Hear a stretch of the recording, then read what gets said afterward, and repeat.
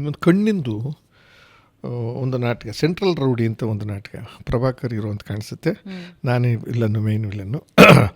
ದೊಡ್ಡಣ್ಣ ಎಲ್ಲ ನನ್ನ ಜೊತೆಯಲ್ಲಿದ್ದರು.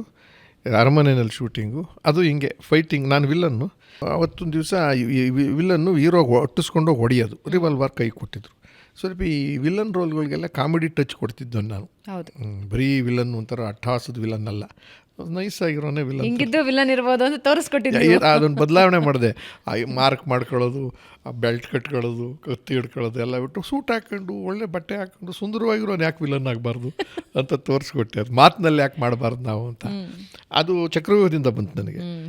ಆಮೇಲೆ ಅಲ್ಲಿ ಹಿಂಗೆ ಶೂಟ್ ಮಾಡ್ಬೇಕಾದ್ರೆ ಹಿಂಗೆ ಹೊಡೆದೆ 2 ಸತಿ, ಫೈರ್ ಆಗಲಿಲ್ಲ. ಹಿಂಗೆ ಹತ್ರಕ್ಕೆ ತಗೊಂಬಿಟ್ಟು ಭಾಳ ಕಾಮಿಡಿ ಮಾಡೋಕ್ಕೆ ಹಿಂಗೆ ಹೊಡೆದೆ, ಫೈರ್ ಆಗ್ಬಿಡ್ತು. ಅವಾಗ ಫೈರ್ ಆಗಿದ್ದು ಬ್ಯಾಕ್ ಫೈರ್ ಆಯಿತು, ಮುಂದಕ್ಕೆ ಹೋಗಲಿಲ್ಲ. ಬೆಂಕಿ ಹುಂಡೆ ಸೀದಾ ಕಣ್ಣೊಳಗೆ ಕೊಟ್ಟೋಯ್ತು, ಬಲಗಡೆ ಕಣ್ಣು. ಈ ಸಿಮೆಂಟ್ ನೆಲದ ಮೇಲೆ ಇಷ್ಟು ಎತ್ತರದಿಂದ ಮೊಟ್ಟೆ ಬಿಟ್ಟರೆ ಹೆಂಗಾಗತ್ತೆ ನೋಡಿ, ಹೊಡೆದೋಗುತ್ತಲ್ಲ, ಹಂಗೆ ಹೊಡೆದ್ಬಿಡ್ತು ಒಳಗಡೆ ಎಲ್ಲರೂ. ಆಮೇಲೆ ದೊಡ್ಡಣ್ಣ ಮತ್ತು ನಮ್ಮ ಕೃಷ್ಣೇಗೌಡರು ಅಂತ ಯಾರೋ ಇದ್ರು ಗೆಳೆಯರು, ಕಾರ್ಗೆ ಹಾಕ್ಕೊಂಡು ಪ್ರಭಾಯಿ ಕ್ಲಿನಿಕ್ ಅಂತ ಒಂದು ಜಯನಗರದಲ್ಲಿ ಕ್ಲಿನಿಕ್ ಇದೆ, ಅಲ್ಲಿ ಕರ್ಕೊಂಡೋಗಿ ರಾತ್ರಿ. ದುರಂತ ಏನು ಗೊತ್ತಾ, ಅವತ್ತಿನ ದಿವಸ ನನ್ನ ಹೆಂಡತಿ ಹುಟ್ಟಿದಬ್ಬ.